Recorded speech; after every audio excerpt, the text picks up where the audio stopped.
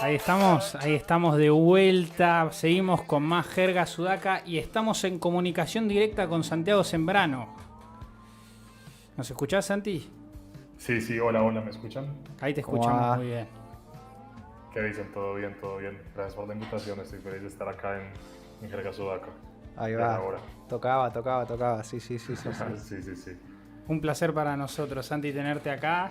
Al fin, habíamos recibido un par de audios tuyos para diferentes columnas que obviamente nos habían venido bárbaro, pero bueno, comunicación directa.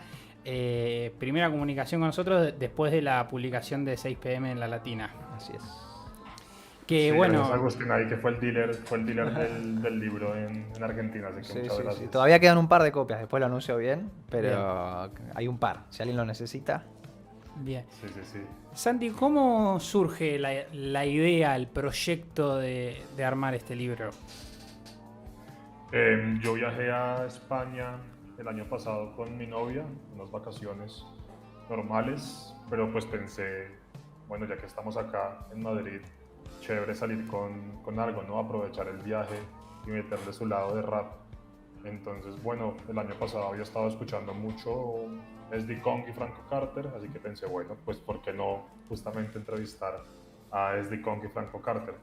Entonces les escribí, nos juntamos, con Carter estuvimos tomando algo, pues yo tomé agua, pero sí, por ahí en la Latina justamente, y dimos una vuelta por ahí por el centro de Madrid, y con Kong fuimos a cenar, un restaurante cubano muy bueno, y bueno, estuvimos hablando y ya.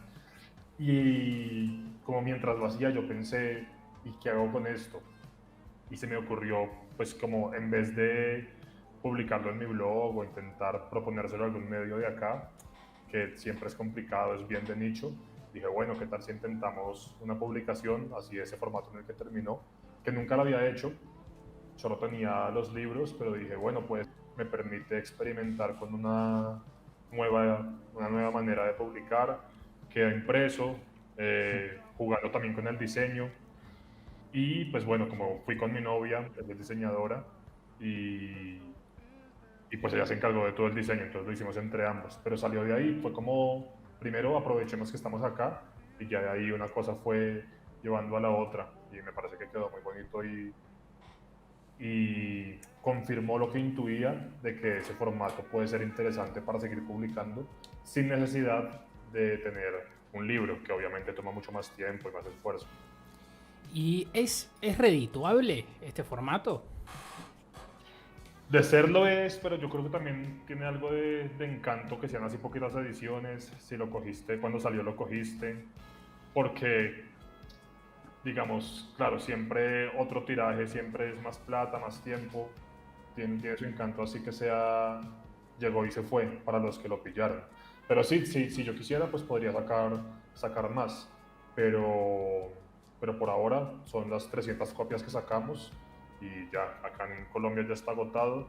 Mi hermano tiene unas en España, como tres, y bueno, las que tiene Agustina O sea, ya, quedan 6 copias. Quedan Claro. 3 en Argentina y 3 en España. Bueno, aprovechen. sí, en total. ¿Por qué la elección de Franco y Esdicón quizás no voy a decir como, bueno, voy a intentar hacer más o voy a aprovechar y hacer en Colombia? ¿Por qué quedarte con ellos dos en particular? Bueno, lo que te digo, como aproveché que estaba en Madrid para darle también ese escenario. Creo que en estos dos textos, Madrid está, si bien no es protagonista directa, pues sí brilla en los textos. Eran textos que no se podían hacer por internet, no se podían hacer en otro lugar que no fuera estando ahí. Y me parece que eso le da un volumen y una profundidad muy interesante a los textos.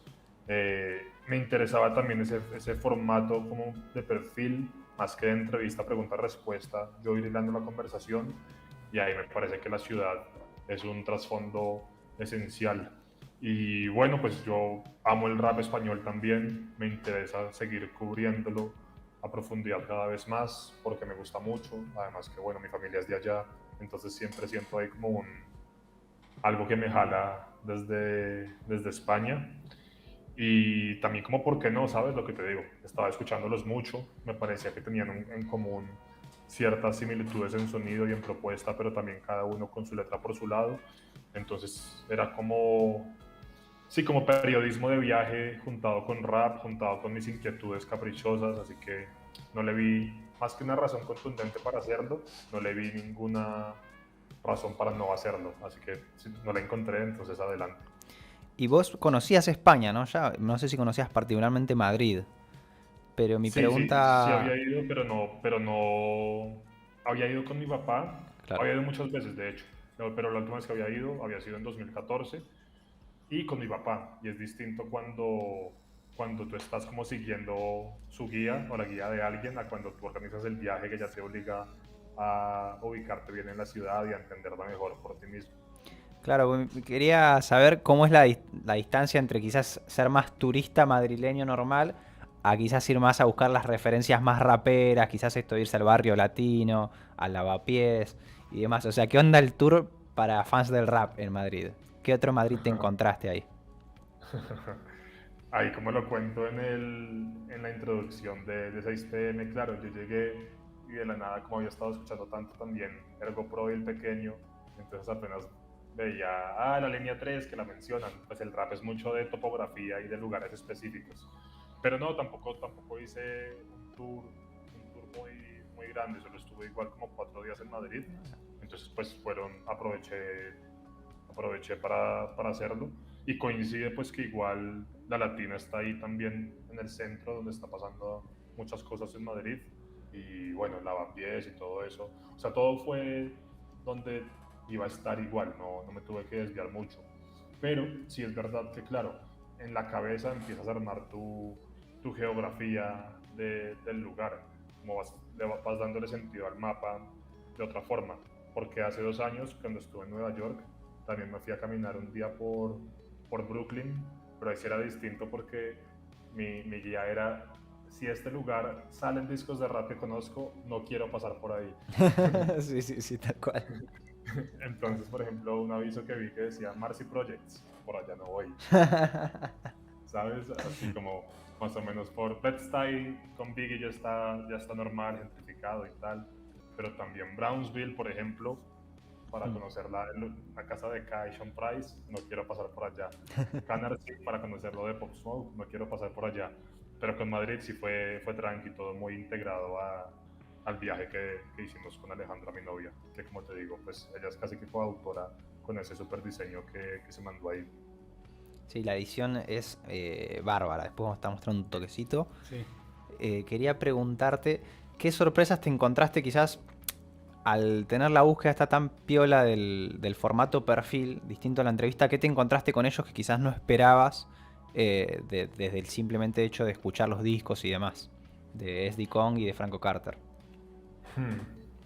Bueno, no mucho. De, de Carter, creo que si bien se intuía en sus letras, pues esa relación con el barrio y una inquietud que tiene claro, por la acción colectiva, por qué pasa cuando llega la gentrificación y te saca del lugar que era de toda tu vida, qué pasa cuando todos quedan tan distantes que se siente que todos son islas y pues sí, como islas que cómo hacen para actuar en conjunto. Eso me pareció muy interesante discutirlo con él porque pues era una perspectiva muy inteligente, muy profunda de lo que está pasando en Madrid, que va mucho más allá sí, de las imágenes de postal que uno puede ver en Instagram, digamos. Eso me pareció muy refrescante y cómo eso se articula también con toda su propuesta en el rap.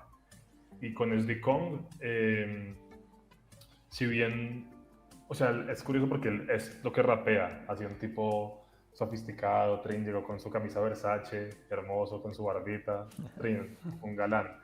Pero poder sentarme con él a hablar de cine, de arte, de cómo fue su proceso, de esa primera MPC que le regaló su papá y conocer ese trasfondo detrás, como él no es tan autobiográfico, mantiene como un poco de humo alrededor de su biografía, entonces poder conocer esos detalles y cómo ese amor también por el goce, por el placer, forman todo su rap, pues fue muy interesante para poder entenderlo mejor. Ahí me interesa, porque es Dicon, claro, yo lo sentía cuando lo leía, de que es todo un desafío periodístico, porque claro, es una persona que se nota que quiere mantener una barrera entre lo que el resto conoce de él como figura pública y demás. Entonces ahí, ¿hasta dónde podés acercarte vos, digamos, y cómo lo mediste en ese sentido de poder no mostrar los trucos del mago, pero sí igual un poquito el backstage, digamos? Claro. Sí, yo por ahí le lancé un par de preguntas. No, no mordió tanto el anzuelo, no quiso revelar tanto, pero igual pues me contó algunas cosas. Que había nacido en Estados Unidos, que su papá había trabajado como psicólogo con la Fuerza Aérea, que había llegado a España cuando sus papás se divorciaron. Eh, en fin, un poco ese trasfondo, pero a él no le interesaba revelar tanto. Y al final también yo creo que uno, claro, puede preguntar, pero también puede ir viendo por dónde va la entrevista. Entonces me parece que era mucho más interesante la discusión lo que te digo. La estética, desde el placer de la comida, estuvimos hablando un rato de, no sé, del libro de cocina de Action Bronson, de referencias que tenía, de la magia de cómo usar bien la psicología del color para transmitir ciertas sensaciones en sus portadas. Todo eso que se nota que en un trabajo desde Kong es súper cuidado. Entonces también creo que ahí es tener el instinto para saber si te dejas guiar o, sí, como, claro, tienes un punto que quieres explorar, pero también la marea te va llevando por unas conversaciones interesantes y ver qué les puedes sacar ahí. Entonces, eso con él fue una conversación muy estimulante. Desde los perfiles de Gambetta y Hardem que conformaron tu primer libro, o sea, entre otros Ujú. textos, ¿qué sentís que pudiste sacar de ahí? Además, en eso me acuerdo que habías tenido como bastante más tiempo para hacerlo, por bueno, obviamente una mayor tiempo porque vivías ahí. Eh, ¿qué aprendizajes te sirvieron para retomar desde este lugar de vuelta el género del perfil? Sí, bueno, esos fueron mis primeros acercamientos al perfil. eh, Todavía de cierta forma muy intuitivos. Y creo que con estos textos, si bien no los pude preparar tanto, o sea, con estos digo con los de Kong y Carter, si bien no los pude preparar tanto como hubiera querido, eh, ya cuando empecé la escritura sabía mejor qué quería lograr.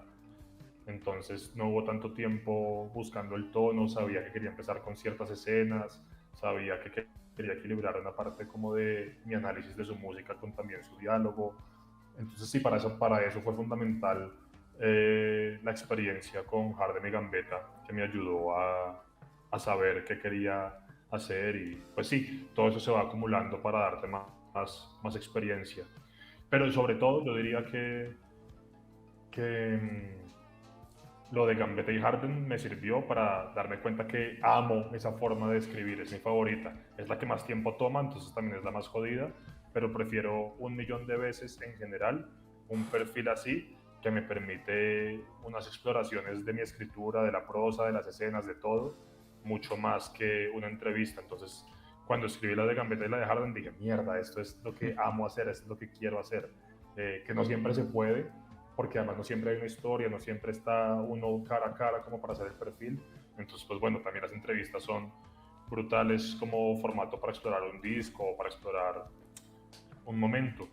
Pero cuando esta oportunidad para darle algo especial como a esta publicación, que la iba a vender, que la iba a imprimir, sí supe que tenía que ser un perfil, pues en la medida de lo posible. Si luego me daba cuenta que no salía, pues no salía. Pero quería apuntar hacia allá por la riqueza narrativa y de texturas, de sensaciones que permite un perfil. Te quería preguntar porque hace poquito, no sé si fue lo último pero que uy, Dios, lo último que publicaste, si no pegan el palo, la entrevista a Dano por El hombre hace planes y Dios se ríe, que también siento que hay de tu parte una negociación con el hecho de que no sea tanto una entrevista, desde agarrar las preguntas más de forma indirecta, el hecho de poder colocar una reseña del disco en el texto. Eh, ¿Qué sentís de esa mixtura que garpa de quizás no atarse tanto al género periodístico que uno se supone que está haciendo? Sí, sí, me encanta y es lo que más me interesa ahorita. Esa de Dano, pues bueno, yo tenía mis apreciaciones sobre el disco, le mandé las preguntas por WhatsApp, él me respondió, pero igual sabía que no quería publicar solo lo que él me había dicho, en parte porque también había pillado por encima lo que había dicho en Grinding y en el Quinto Elemento, y sentía que si la sacaba así directa, pues iba a repetir mucho. Y Claro. creo que el plus que yo le podía dar a mi texto era también esa perspectiva mía, que no la vi tan presente en otros análisis de lo que hablaba ahí sí, de cómo es un disco muy consciente de lo cerca que estuvo de no llegar al triunfo. Eso me parecía fundamental para pensar el disco desde mi forma de verlo y era mi propuesta, digamos, editorial. Eso por un lado, pero además, como te digo, escribirlo así toma mucho más tiempo, pero me parece que queda mucho mejor también, mucho más rico de leer, porque le doy espacio a él para expresarse, pero si hay vainas que me las dice, yo las puedo incorporar al relato y darle la voz a él cuando es necesario, pero yo también crear otras escenas, otras sensaciones o lo que sea. Entonces, me parece que es un recurso muy, muy bueno para poder usar cuando hay tiempo. Ayer le hice una entrevista a Camouflage Monk, el productor de Griselda. Sí, sí, me quedó ahí en primicia. Eso será lo próximo que saque. Y eso también la quiero tirar así, porque creo que si bien pues, una entrevista tiene sus ritmos y tiene su gracia, no sé, eso es lo que te digo, como en vez de quedarse en el guión, armó toda la película alrededor. Y Claro. no quiero como demeritar el género de la entrevista, que es muy rico también. Tal vez, y no lo había pensado así, creo que quedan mejores. Tal vez soy mejor escribiendo ese tipo de textos que solo con la entrevista, porque como que muchas veces mis preguntas son indirectas, como que van cogiendo info y tal, que quizás así en una transcripción no queda tan chévere como queda si ya hace parte de un todo más grande. Entonces con la de Camomón también la estoy pensando de esa forma, con escenas de búfalo y tiroteos. Quedó buena, ya le quiero sacarla para que la lean, pero bueno, apenas le hice ayer la charla. Bien, va a estar bueno eso cuando salga. Sí, sí, Vamos sí, a hablar del bueno. tema. ¿Cómo te contactaste con Claro, él? O sea, sí, contá. claro, tirá el dato. Con ¿Cómo, Camomón me cómo se siguió, dio la entrevista? parce muy loco porque me siguió en Instagram Mira. y, y yo, pues Camomón, que es de mis Disneymakers Sí, favoritos. sí, sí.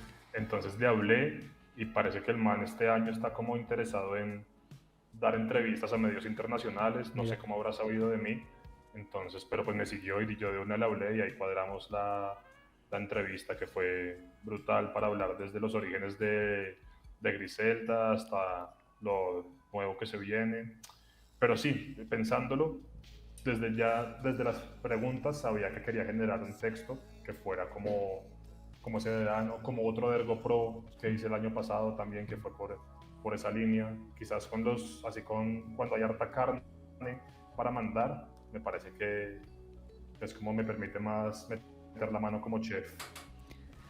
Sí. Es loco porque de repente el problema que había en la época es que no había ningún texto escrito sobre estos discos, estos personajes que estamos hablando, y de repente, bueno, ahora eso hay que diferenciarse de otras entrevistas a Sí. Dano. Es como un problema positivo al final igual. Súper ¿Cómo? positivo, súper positivo. Es el problema que siempre debería haber, siempre. Me encanta yo pues como todos tenemos esa formación rapera también, me encanta esa competición Claro. amistosa de, uy, ya le preguntaron esto, ¿con qué salgo yo distinto? Que es lo que es el hip hop también. Al final, si mi entrevista iba a salir después de la de ellos, entonces sabía que no podía salir con lo mismo. Y eso me obligaba a ser creativo y buscar otras formas de presentarlo. Es un problema maravilloso porque además así es como se nutre el diálogo, la comunidad, y además así es también como cada periodista o cada medio o cada persona muestra su criterio editorial, qué preguntas hace, qué deja por fuera, qué temas le interesa tocar. Entonces tú ya vas sabiendo que de pronto a esta persona le interesa más tocar los temas del negocio de la música, a esta persona le interesa más explorar la vida detrás de los artistas. Y eso me parece que hace un panorama de periodismo y de comunicación alrededor del hip hop infinitamente más rico. Me alegra, ojalá cuando Dano saque otra vez disco en 5 años, ojalá no se demore tanto, haya 100 entrevistas y sea dificilísimo diferenciarse, porque todo eso hace que la movida crezca, ¿sabes? No es individual, sino es colectivo al final. Che, y ya que estamos hablando de esto, Santi, ¿cómo ves el periodismo hip hop en español en la actualidad? Mejorando, mejorando. Creo que van saliendo más plataformas, como digo, cada una con su línea. Lo que ustedes están haciendo con Jerga Sudaca pues es súper valioso. También creo que en España ahorita pues está ahí un boom que también ha articulado, o sea, un boom de raperos y también como que han salido medios que intentan cubrirlo, o bueno, no han salido, se han consolidado o han seguido creciendo, gente que lleva haciendo la tarea muchos años ya. Sin embargo, creo que no es suficiente todavía, porque si bien salieron varias entrevistas de Dano, creo que podrían haber salido más. Sí. Sobre todo porque Dano es pues la punta de la lanza, pero con otros artistas igual de significativos, pero quizás con menos tamaño, no pasa tanto. Y creo que es fundamental seguir trabajando hacia allá. Lo bueno también es que creo que se está armando una red interesante transnacional, en parte con lo que hemos logrado, por ejemplo, contigo, Agustín, y todo el parche de lo que hacemos de Rap 50, de reunirnos personas de distintos países a escribir cada fin de año, pero también con programas como este, también incluso la discusión en Twitter entre gente de distintos países. Creo que hacia allá debe ir la movida. Al final compartimos algo muy potente que es el idioma, y si bien el rap en Argentina es muy distinto del de Colombia y del de España, y en fin, creo que si logramos articular, digamos que en Argentina le pongan atención y reseñen el rap de Colombia, y en España reseñen el rap de Argentina, y en Colombia reseñemos, ¿sabes? Como así, o reseñemos o nos preocupemos o lo discutimos, o como que esté en el radar, todo eso va ampliando el panorama porque claro, si al menos en Colombia, si es simplemente centrarse en los discos que salen acá, pues no es una industria todavía lo suficientemente consolidada como para que haya un disco a la semana para reseñar. Claro. Pero si abres el radar a lo que está pasando en el continente, que igual para mí el hip hop es así como el comunismo, que es más un tema transnacional que de simplemente un país, me parece que ahí enriquece todo mucho más. Entonces creo que va bien. Por mi gusto me gustaría ver más cosas escritas, pero que no hay tanto hoy. Pero bueno, pues al final también cada quien elige su medio para expresarse. Pero me parece que vamos bien con distintas propuestas y cada una con su línea editorial. Me imagino que todavía está lejos de ser sostenible para la mayoría de lo que lo hacemos, y ese debería ser el siguiente paso. Y en ese sentido también es importante pensar en formas de financiación alternativas, que ha sido mi búsqueda también con los libros. Entonces creo que eso también me imagino que es la búsqueda en la que estamos todos ahora, cómo sacarle los pesos respetuosos, pues, no de otra forma, pero que pueda ser un trabajo y no solo el hobby cubrir el rap. Bien. Santi, muchas gracias por comunicarte con nosotros. Felicitaciones por todo el laburo que venís haciendo y que seguramente vas a venir haciendo por esta cultura. Te mando un abrazo enorme y te pedimos que elijas un tema. Si querés podés presentarlo vos. Sí, bueno, primero gracias por la invitación. No, por favor. Espero poder ir a Buenos Aires pronto para hacer un 6 p.m., 3 p.m. en La Boca o lo que sea. Uy, sería espectacular. Como ese tipo de formatos me parece que son replicables, y más que reeditarlo, lo que tú decías ahorita, más chévere sería ampliarlo, como pillar distintas escenas con uno o dos perfilitos cada una, ir viajando y conociendo. Entonces bueno, ya nos veremos por allá. Y el tema que elegí es el tema quizás de los que más he sonado este año en mis audífonos, que es Financial Freedom de Johnny Dog. Apuesto por Johnny Dog este año, y en lo que viene me parece que tiene un estilo fresquísimo, unas rimas muy buenas, como así que muy propias, sobre todo muy visuales, cuando en este tema que dice como llegó a la disco Johnny más 10, no sé, me gusta mucho. Sí. Y el beat pues es una belleza sublime. No todo, Johnny Dog desde Valencia, por ahí también tengo que entrevistarlo sí o sí, quiero explorar su historia. Ya hablamos para una futura entrevista, así que también se viene Fino. la colabo Sembrano Johnny Dog en algún momento. Bien. Bueno, escuchamos entonces a Johnny Dog. Santi, muchas gracias por estar acá. Te mando un abrazo enorme. Abrazo. Abrazos amigos, chao, que estén bien y saludos a todos los que están viendo, gracias. The moon's best.